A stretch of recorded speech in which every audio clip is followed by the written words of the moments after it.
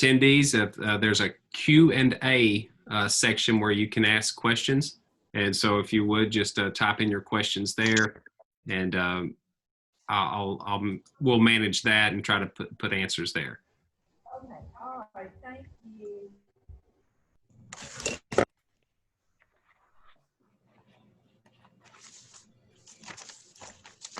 Jim, can you hear me? Yes, sir. No, ma'am. Yes, ma'am. I can't hear y'all. Oh, we can hear you. Let me.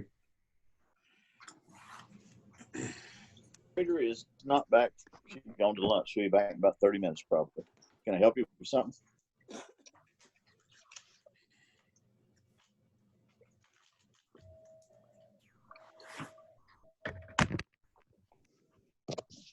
Two.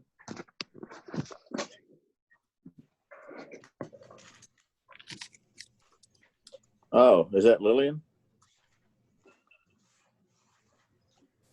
Oh, the Amber L. Thomas. She's going. What grade is she gonna be in? Ninth grade. Going. I can't hear Mr. y'all. Tyler, mute your mic. Let's see.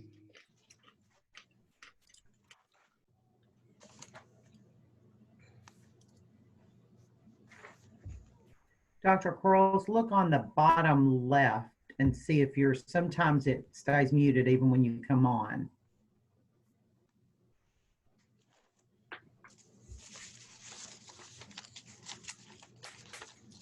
Doc, I can hear you.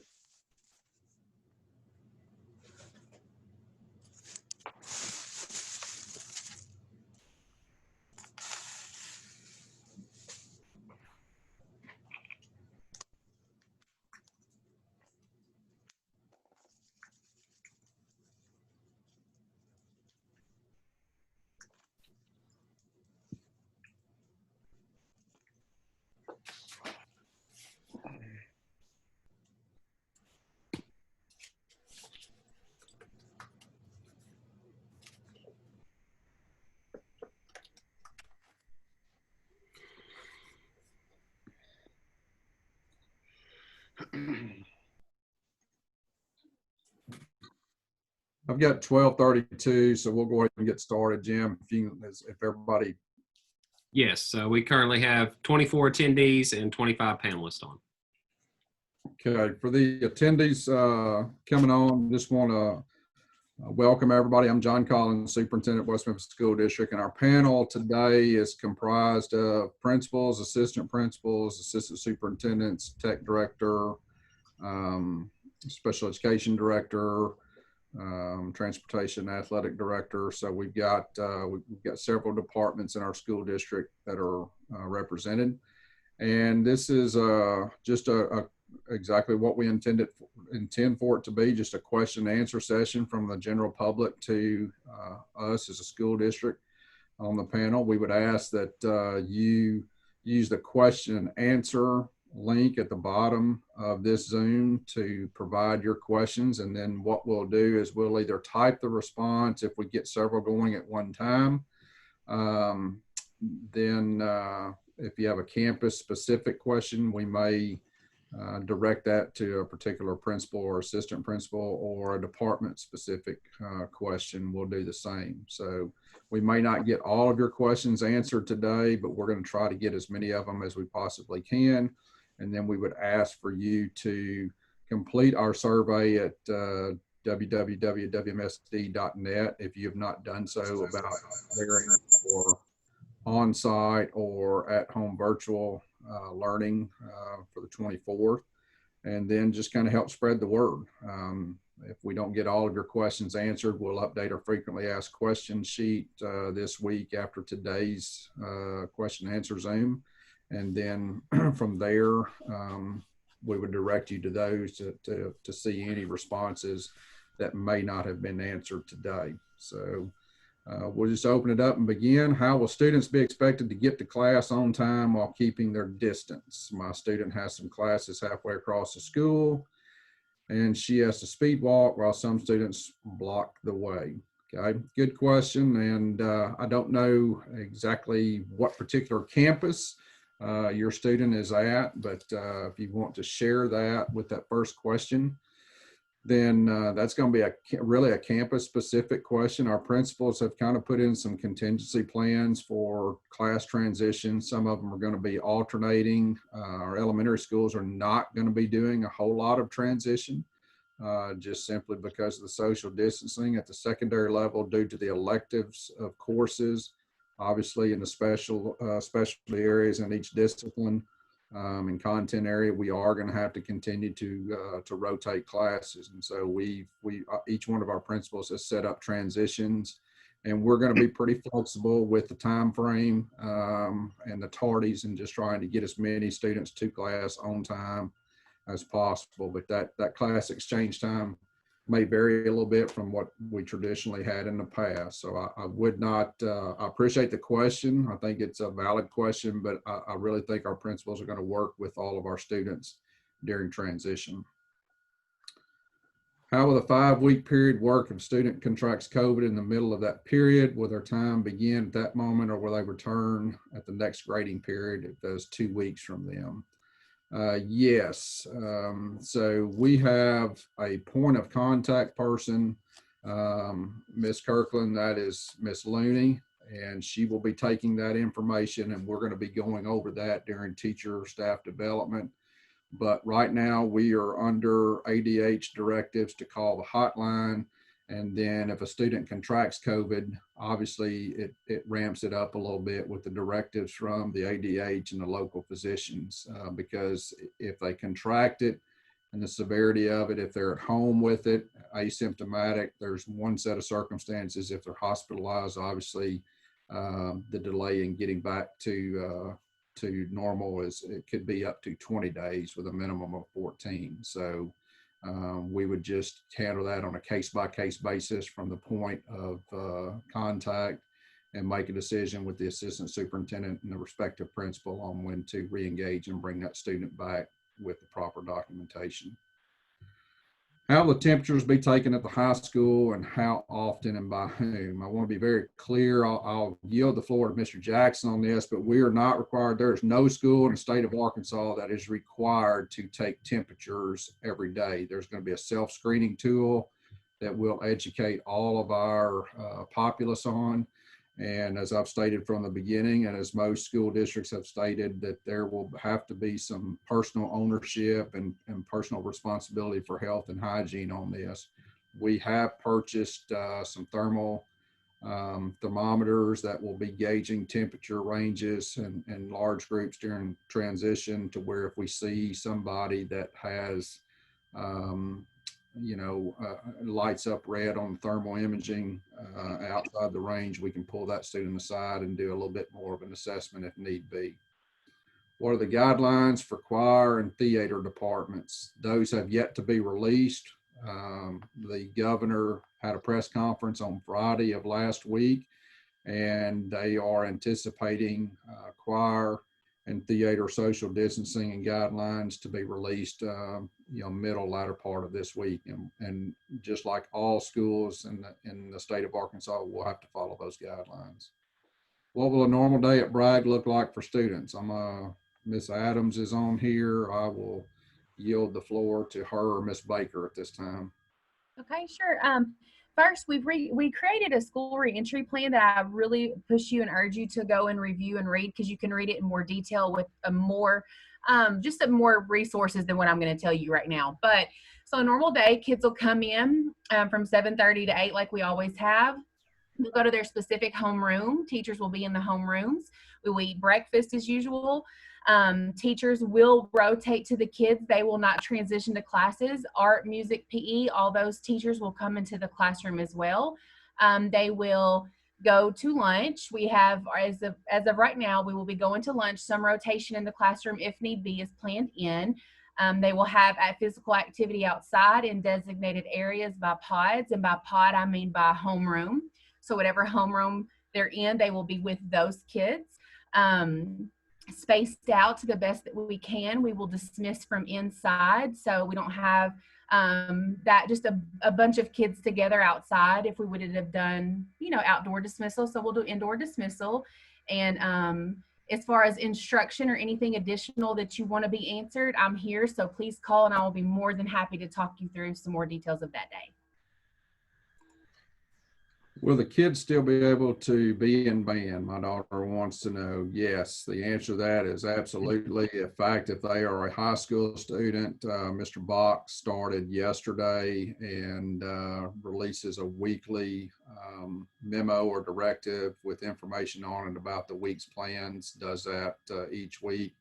So if you're a high school student, I would make sure you contact the high school or the band room and get in touch with Mr. Box so he can add you to that listserv.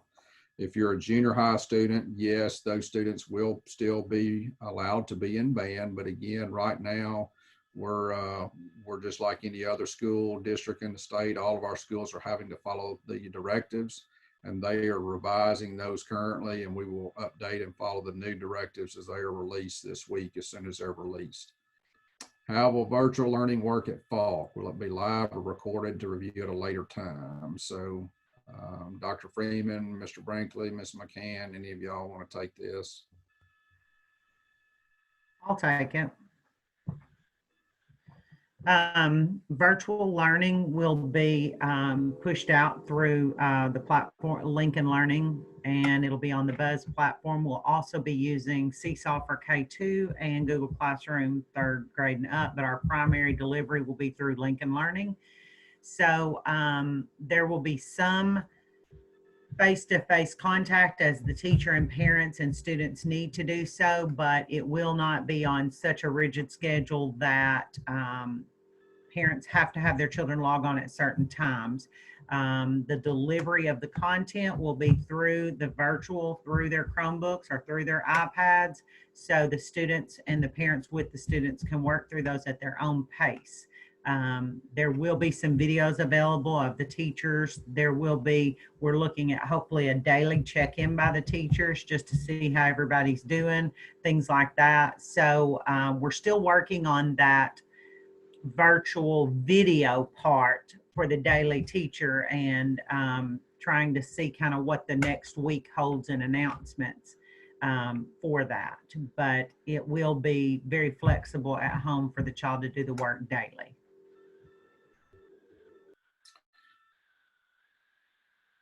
Will high school students receive schedules, lockers, and IDs, or when? So Mr. Jackson, if any of your team's on here, if y'all want to take that one. Yes, every student will receive a schedule just as they would if we were in face-to-face or on-site instruction. And that's whether you're online or using the virtual platform. That way, if you transition back to any of the other platforms within the 5-week period, you will have the same teacher of contact. And if you're in face-to-face or the Google Classroom or on Edmentum, you'll have a teacher that you will have access to through email for questions and answers. And so it will be the same person. Okay, why don't you take that next one? I have a child entering high school. What do I need to do to safely enroll him? Just need to come up. Once we hand the devices out, we'll also have information there. Do you fill out for orientation? And fill out that information, and we can get that child a schedule and also their device at that time. And then as far as in the building, as we go through the first couple days, teachers in the classroom will be talking to our students about the one-way hallways and the movement and the flow in the building. There will be flexibility time of getting across the building, but students will not walk throughout our hallways in this building going face-to-face in any building except in building 2, because it's just one hallway. Thank you. Ms. Kirkland, I see you've got a question about how many students and teachers have to test positive before we all go virtual. So this is a question that's being asked a lot around the state. It's been posed to the commissioner, Secretary of Education, the deputy, as well as the governor. And there is not a set answer to this. There's not a standard answer, obviously, because everybody's enrollment across the state of Arkansas is different. And everybody's situation is a little bit different. As the governor, I was on a call with him this morning with several other people, and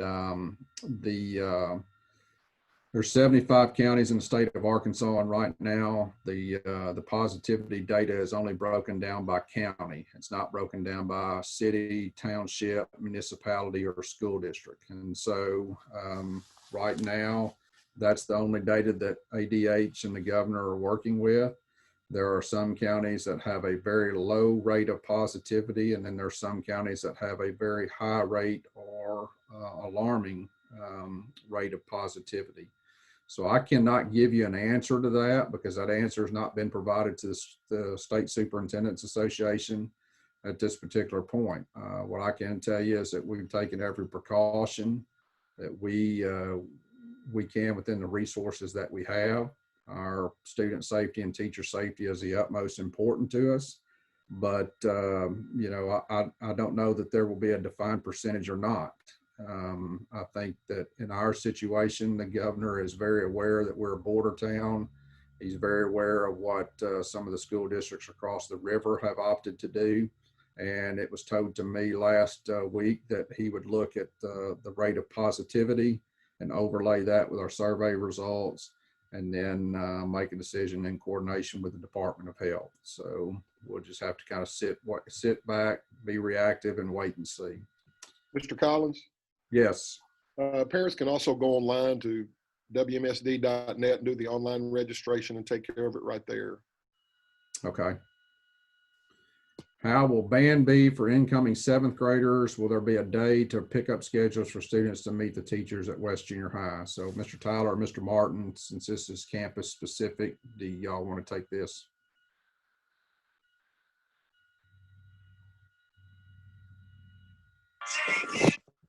Yes, sir. Can you hear us?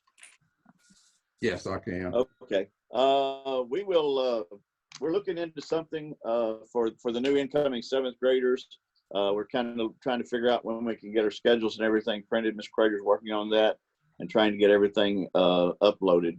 At some point in time, what we hope to do is take a day that's closer and get them an opportunity, and we may set up something to where we have 10 or 15 kids at a time come into the building.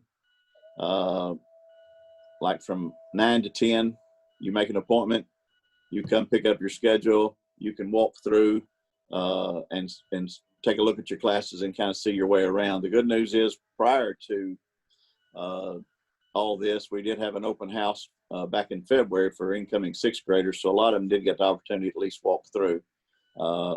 It's the first time we'd done that, and luckily we did that. But we're going to look at that. If they'll follow us on our Facebook page, we'll post some directives on there and then let them call and make an appointment to where they can come, pick up a schedule, and get a walkthrough before that 24th. I'm not sure. It'll probably be close to the end of the week before the 24th that we do that, because Ms. Crater's working to try to get all the schedules uploaded, and it seems to be double with doing virtual and at school. So a lot of things for her to do. She's really busy, but when she gets that done, we want them to have an opportunity to come in and see what's going on before they show up that first day. So just watch us on Facebook.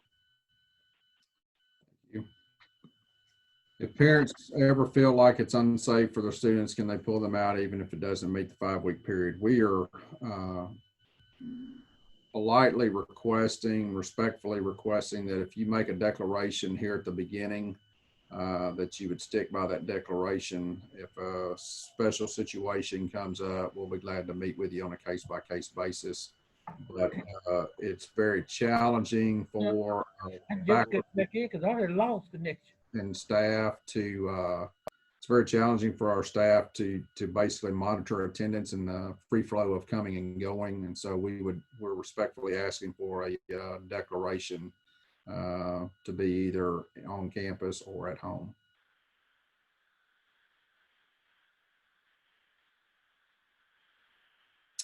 So Mr. Jackson, if you want to take this next question as it relates to high school.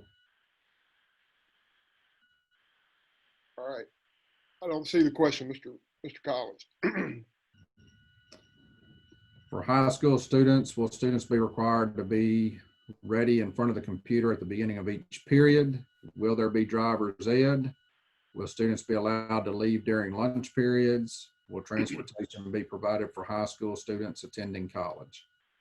Okay, number one, excuse me, any class that we have, they will have their device with them. We're not using lockers, so they will carry that device with them throughout the day, and they're expected, if it's in driver's ed, algebra 2, physics, or whatever, to have that device with them and be up and ready at the start of class. As far as the transportation for college, if you're an on-site student, our transportation department will provide transportation for you. We felt a little uncomfortable allowing students to walk up who were not on campus to jump on the bus and ride to college. So if you choose to stay at home online or on virtual, then you will have to provide your own transportation, and campus will be open as it has been in the past.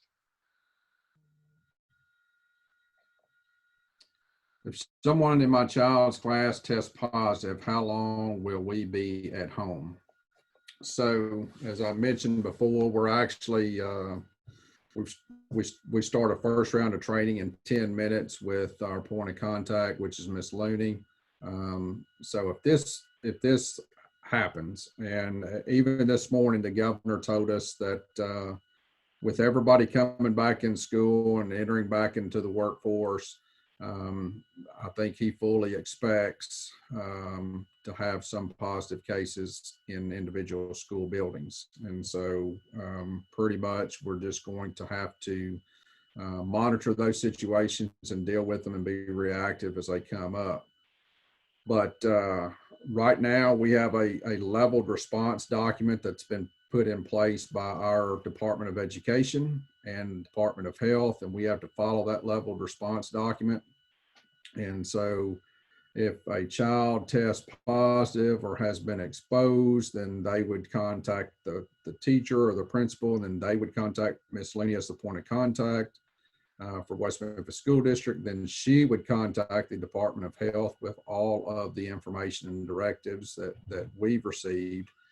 And the Department of Health will turn around and give her a diagnosis or description of the guidance, and then she will turn around and guide us and direct us on what that information pertains to. And so, yes, it could be that according to the leveled response document, if they were in close contact or probable close contact, then they would be subject to a potential quarantine. And we've had that happen already with our sports groups that were opened up June 1. We'll continue to have that, and we'll just have to monitor and adjust as we go with that, and just watch as kids start to re-enter the building. So, Mr. Tyler, there's a question about our Coach Elmore, will incoming 7th graders be able to play basketball? Yes, I would. Coach Wise hadn't really talked to him about this, but he always has a tryout for 7th graders. He'll post that. So yes, we'll be good to go for that.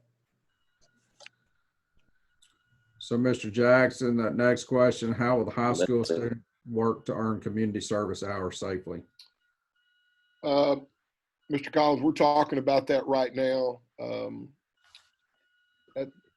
We usually run those through our organizations, Mu Alpha Theta Beta, and other school activities like that, or extracurricular events. And so we will document those the same way as we normally would. Before we allow a student or an organization to go out, though, we'll have a protocol for our sponsors to make sure that it is safe for our students to go out, and we will clear all community service hours prior to approving any of those. Okay, this question: what's the chance the district will begin all virtual? As a working parent, it would be nice to have a plan.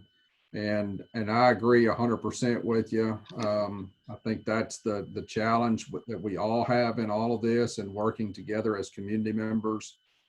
We understand that our workforce is a key part of making any community go. We have to have an economy. We have to have a viable economy. And in order to do that, people have to be at work, just like teachers have to be at work to make the business operate better, to increase the bottom line at most private sector industries. And so we've been in conversation with some of our business and industry leaders here in West Memphis. Most of the people who I have talked to that are operating as presidents, CEOs, or general managers support the fact that schools should be open on site. They understand that parents have to work. We understand that parents have to work, and that's why the governor has issued the charge of providing 5-day on-site instruction. If we go virtual, or we have to pivot to virtual within a 24 to 48 hour period because of a probable close contact and a potential closure, and that may be only one campus versus the other 9, or it may be district-wide, or it may be anything in between. We just don't have that crystal ball yet. I can't tell you, when we will find out. There is one person in the state of Arkansas making the decision on if we go virtual or we provide on-site and blended learning, and that person is Governor Asa Hutchinson.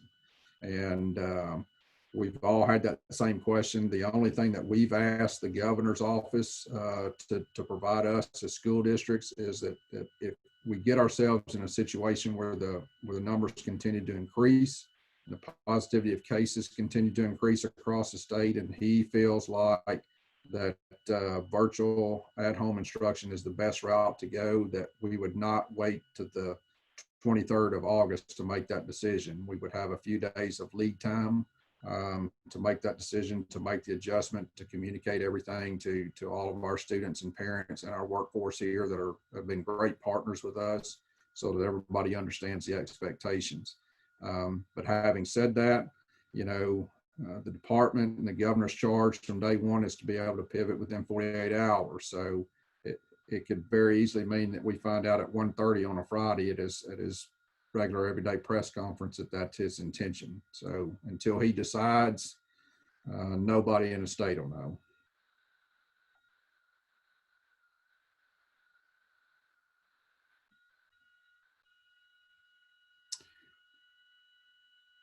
Will there be someone assigned to monitor virtual students' process pertaining to the online work? Example, if they fall behind with virtual or blended classes, will they be required to switch back to traditional classes?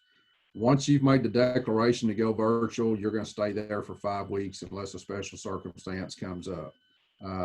That someone assigned to monitor the virtual students is going to be the teacher of record, regardless if it's a kindergarten teacher through K-6. We get into 7 through 12 where they start matriculating through the day with different credits through different disciplines and things like that. But it's our intent to that home student would open up every morning, wake up, open up the computer every morning. And as Mr. Jackson described earlier about kind of their day-to-day, that's pretty much going to be the same day-to-day, grades 7 through 12. And so the teacher of record for that particular course would be the person monitoring the students' virtual work. And I want to be very clear on this. We're going to provide some orientation. We're putting this together. I think a lot of parents and a lot of students have made the decision based on their concern for COVID-19, but a lot of students have made a decision and influence their parents just simply because they think that the rigor is not going to be there and it's going to be very similar to what it was coming out of the spring semester, March through May. That is totally not the case. Every school district in the state is ramped up. We're ready. I think the instructional delivery is going to be rigorous. The assessments are not going to change. The same level of expectation is going to be held for the student at home as well as the student on campus at school. And so I think in a lot of ways, if students are choosing that route because they think it's going to be easier, they're going to be sadly mistaken. Nothing on the face of the earth in the educational process, K through 16, and I mean, K through 12 and then 4 years of college, nothing replaces being face-to-face in a classroom with a quality teacher. Never has, never will. And so we want everybody to understand that we've been charged with providing that type of instructional delivery, and we intend to, but we're going to also provide a virtual component. It will be as good as a process, as a product can be rigorous wise that we've ever seen. So it's going to be a lot different than what it was coming out of the spring. Will textbooks be issued if students are being issued a Chromebook? Is there a directive against softer surfaces? I'm not for sure, Ms. Kirkland, what you're implying with a directive against softer surfaces. You'd have to add clarity to that. But yes, there will still be textbooks issued in some disciplines along with the electronic device. Every student, K through 12, will receive an electronic device for this fall semester.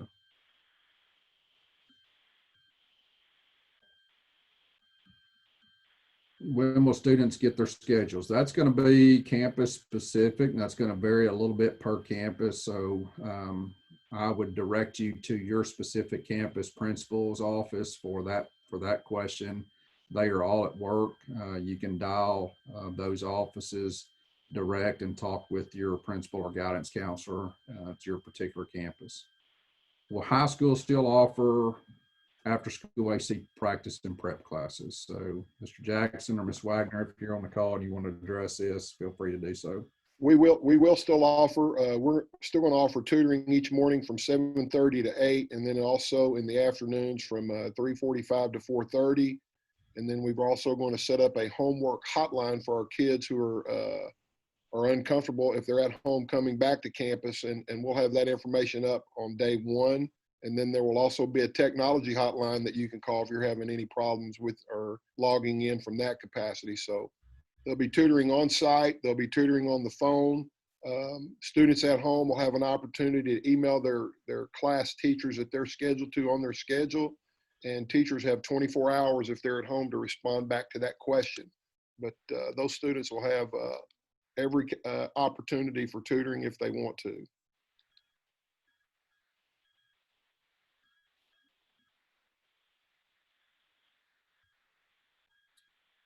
Ms. Kirkland, I think Mr. Jackson will touch on that during PD with daily sanitizing to be scheduled for classrooms and between classes. I want to be very clear on this. We have to be realistic.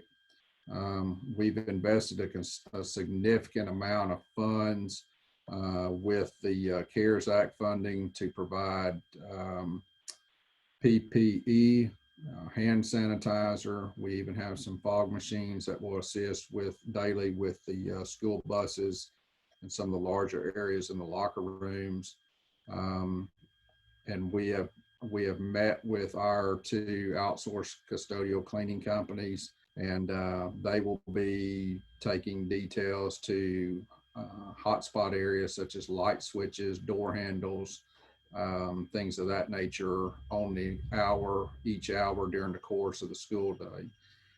It's like I've told people before, trying to clean a classroom during the school day is like trying to clean the movie theater while the movie's going on at full capacity. There's just some things that just can't be done. We're going to have to ask for everybody to exercise some patience and understanding. Also, I need everybody to understand that we're going to have to exercise some patience and understanding on what we've chosen to do and what we can afford to do. There's a finite amount of CARES Act funding that came from the USDOE. We have invested a significant amount of that in electronic devices to be able to provide virtual delivery. We've also invested a lot of that in PPE, which is not cheap. And so there's going to be some high volume areas that are going to be touched on the top of the hour, every hour through the course of the day. That will be explained by the day porter supervisor to the head principal of each building. So there will be an understanding and a communication plan and expectation on what is being done during the instructional day. And in the evenings, yes, there will be desktops and things of that nature that will be touched down before the students come in the very next morning. Will high school students be allowed to bring their own wipes for desk? So we are discussing that throughout the district right now. I think our teachers are going to be able to provide some of those. We have some of those that we're providing in maintenance, but I want everybody to understand, in case you hadn't been to a grocery store lately, paper products are just now starting to kind of resurface. Cleaning products are just now kind of starting to resurface. in order to bulk order these items, there is a delay nationwide and globally because there's so many folks that are trying to purchase these things. So we're having a discussion, and we will update that about what students will be allowed to bring for their desks before the 24th.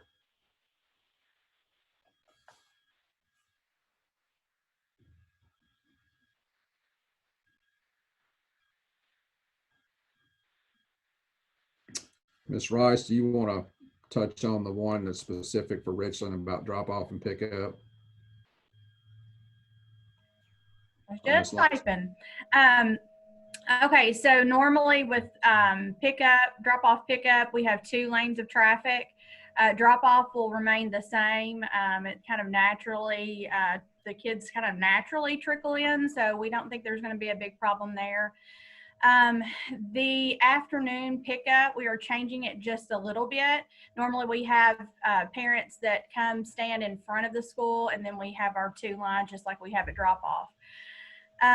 We are going to implement a Google form system. We're not using radios this year. We're going to try this out and see if this works. And the parent is asking if they could still stand outside in front of the building. Absolutely, you can still do that as long as you remain socially distanced from the other parents. However, the line should be much more efficient this year. Number one, with so many kids being virtual. Right now we're about 50%, maybe a little under 50% that will be virtual. The line will be a lot, I think a lot less busy probably, but with the Google form and the number system that we're going to use, it should go a little bit more quicker. So if you would like to try the car line, that would be great to eliminate the crowd out front. So I would encourage you to use the line, of course, but that still choice is up to you in the beginning. If we see that it is way too packed up front, we may have to pull back on that. So.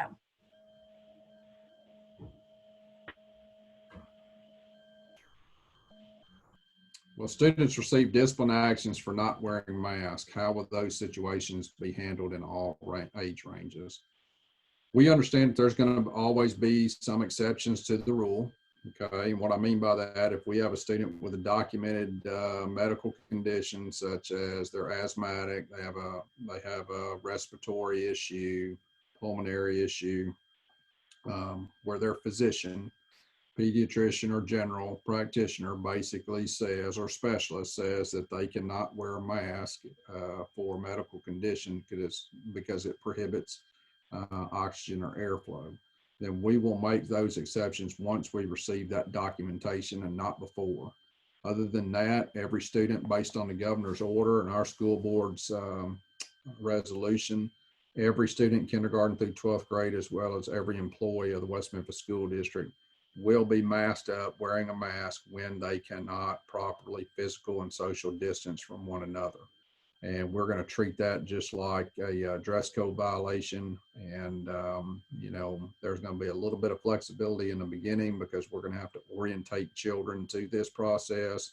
We're hoping our parents are spending some time already orientating kids to this and acclimating kids to the expectation of mask wearing. We know it's going to be a challenge in some grades, particularly the younger grades, to keep them on and keep them sanitized. More than the older grades, but we're under a state mandate right now, and it's supported by the governor, and everything that we've seen from Dr. Romero, it does help slow the spread. And so the expectation is going to be to wear a mask inside the West Memphis School District. And I would say that's not, our expectation is not going to be very much different than 90% of the school districts across the state of Arkansas. What will the student-teacher ratio for elementary and then secondary be? Ms. Kirkland, good question. Survey is still open. And so we're still trying to find that, but that student-teacher ratio for elementary and then secondary doesn't change from years past. If a student's in your class, you're expected to teach a student on site in your class. If the student's virtual first period and you've got 10 students in class and 10 students at home, you're required to teach those kids. That ratio will still be by the state standards in regards to student-teacher ratio. Will there be extra time given to students transitioning between on-site class to a virtual class? Example, student has first period band and choir, and then second period class is math or history. Yes, we're still working through that process. So there will be some flexibility on that, and that will be something that will be worked out as we go between the building principal and the particular instructional department that you're dealing with, and those teachers in that department. Ms. Rice, I don't know if you can see the next one. What's the schedule for students that are doing virtual learning? Will they have to be online all day or complete so many hours in a day? Also, we have the the school reentry plan posted. It is on our website and it is on Facebook. You can read a little bit more. I've added some more detail about that.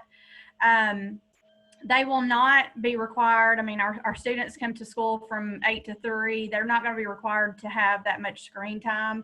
I mean, a child in the normal classroom, of course, does not have that much instruction in the day. There's a lot of transitions, there's lunch, there's recess, there's special classes. So it will definitely vary, especially with grade level. We're not going to expect our kindergartners to be online for 5 hours of the day. So more details will come out about that. I think it is important for you to know that we will not be going live like we originally kind of thought our plans were going to be. It will be something where the teacher, you will log on to the learning management system. K2, we will be using Seesaw, and 3-6 will be using Google Classroom. And your student will be required, depending on the age, will be required to log into that learning management system, and the teacher is pushing out the content that the child is required to do along with the assignments. So, and it, you know, the time will also vary depending on the child and how quickly they work. But don't stress out about it being an 8 to 3 screen time thing, because that's absolutely not what it's going to be. And if you're a working parent and you're concerned about it being during the day, you can always do that work at night too. So hope that helps.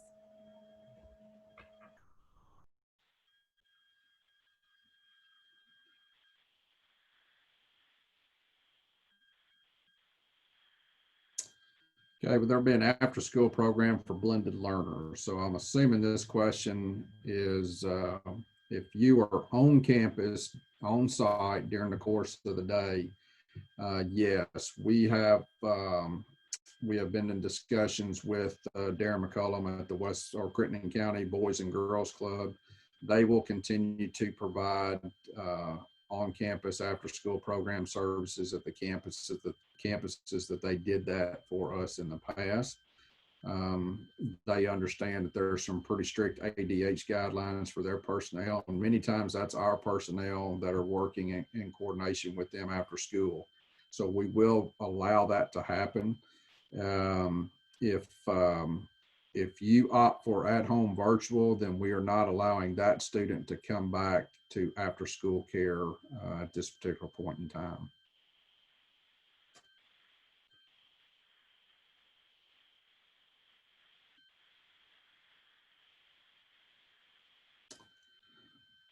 It is our intention right now to provide meals for our virtual students.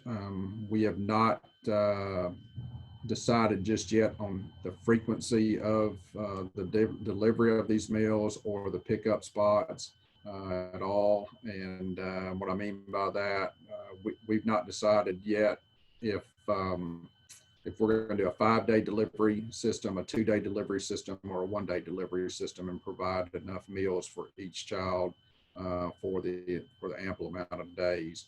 We're waiting till our survey closes today. We're going to do some more drilling down. That information will probably not be released until Thursday or Friday before the 24th, before school starts, because there's a lot of information to compile and a lot of communication to go out, and a lot of moving parts with meals. But yes, it is our intention to provide meals for our virtual students.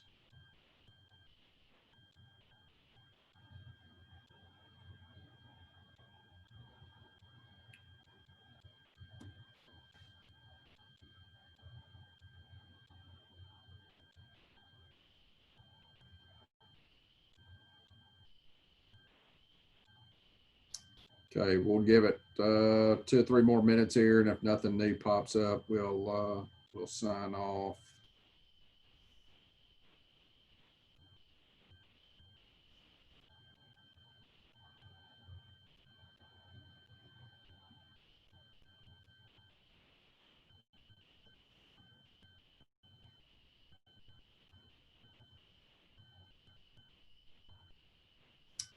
The survey is still open, Ms. Kirkland, so we won't have that information until it closes today.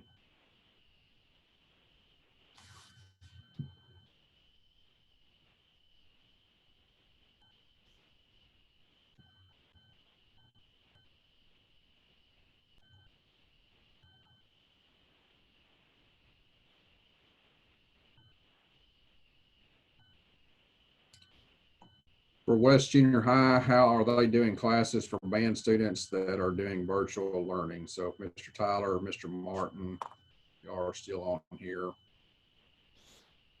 y'all had any conversation Yes. about that? We really hadn't had a lot of conversation. We kind of figured it would be like the option if the parent wanted to bring the child up and drop them off for that band and then pick them up. If not, if that's not available and can't be done, then we'll have to get with Miss Alford, and she will have to, it depends on the degree of what the student knows. With fourth period, it will be 8th grade, fifth period's 9th grade, and then the 7th graders are split up between brass, woodwind, and percussion, 6th, 7th, and 8th period. So if they're virtual in band, they'll be assigned. If you're a 7th grader and play the clarinet, whatever woodwind at 6th, 7th, or 8th period, this is when you need to be at school for woodwind, for brass, for percussion. If you're an 8th grader doing virtual, be here for 4th period. If you're a 9th grader doing virtual, be here for 5th period.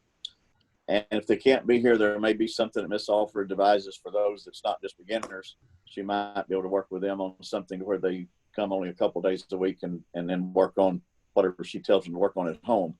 We'll have to get with her and see what works, because I'm not a band person. I really don't know. And once we get guidelines for how band's going to work and everything completely, everything, then that's something to pass down to 7th. Mr. Tyler and I were talking about that at lunch today, that this puts the 7th graders especially at a disadvantage trying to find out guidelines there since they're learning. But, ideally they're assigned a period, and that's a time frame. They come during that time frame, then they go back home.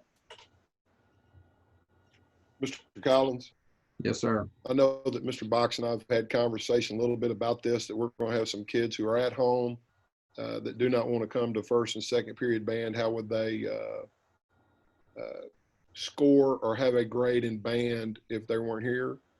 Just like we would in a regular classroom, he would send the assignments home. The kids could record themselves and submit that video back to the band instructor on what they'd been working on. So they're going to have the same opportunity from home as they would if they were in the band classroom.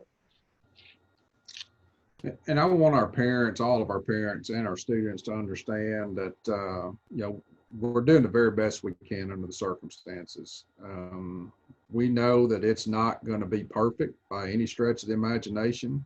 And to some degree, some will debate that it's not going to be even ideal. Okay. But our charge all along from the governor has been to provide 5-day on-site instructional learning, as well as a virtual component. And that's exactly what we have done inside the West Memphis School District. All of our principals have answered that charge. Our assistant principals have answered that charge. We have worked essentially since the March 13th day of closure to be ready to get back to reentry. We understand that being at home and being virtual presents its own set of circumstances and challenges versus being in a classroom. I want to reiterate again to the parent that is totally 100% up to you for the decision to be made about your child. Nobody knows your student better than you. We're not saying that we're not saying that we prefer one model over the other. Your circumstances may be very valid, and for whatever reason you opt to do so, if you have to go to work and your employer is not in a situation to give you any time off, and their policy is you have to be at work or you don't get paid, then we understand, and we've got a model for that, and you can bring your child to on-site instruction just like we normally would have traditional school. On the other hand, if you're in a situation where you don't have a job or your employer has a policy in place for you to stay at home with your children, and you've got some apprehension due to COVID-19, then we've got an option to meet your needs there as well for you to stay at home. So we feel like we've answered the charge, and we just need everybody understanding that regardless of what option you select as a parent, you know, if you're going to select the at-home option, there's going to be some obstacles that you're going to face that a student in school is probably not going to face from a standpoint of being face-to-face with a teacher, being there for band, being there for choir, being there for athletics. I mean, we're all going to have to follow the state guidelines, and that's statewide. That's every school in the entire state of Arkansas. You know, but there are some advantages to both models, and there are some disadvantages to both models. And I just need everybody to understand that when you make your decision, and be able to live with that and be willing to work with us as a partner with you and be patient and cooperative and understanding through the process.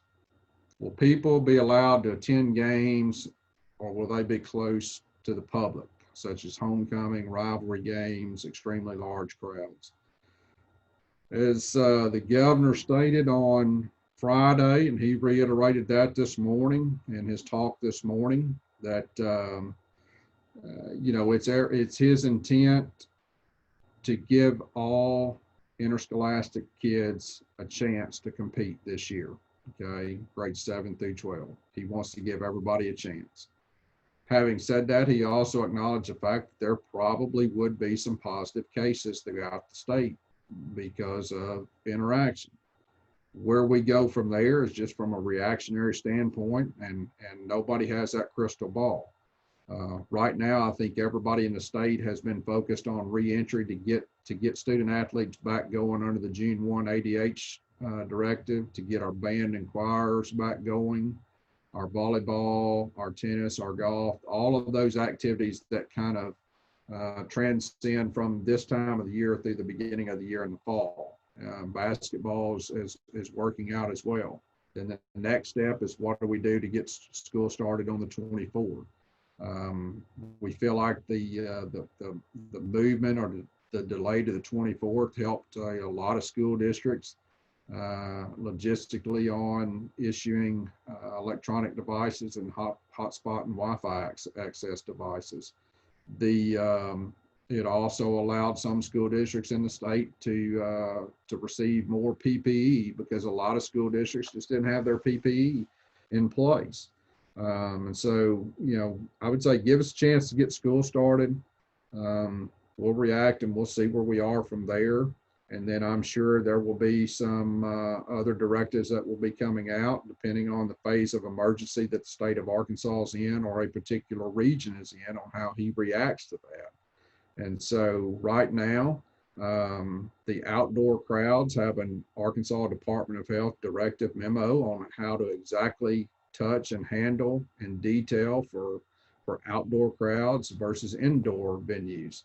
At this particular point, until they revise that, we would follow that, and there would be some physical and social distancing guidelines in place. What that looks like on August 4th compared to September 4th, I don't know, and I don't have those answers yet. We've been processing so much other information that has kind of ranked down on the priority list, but that will be a statewide consistent scaled model according to populations, and we'll be announcing that and releasing that to our public closer to the very first event that we have scheduled. But I would anticipate, yes, there would be some physical distancing and social guidelines to attend ball games.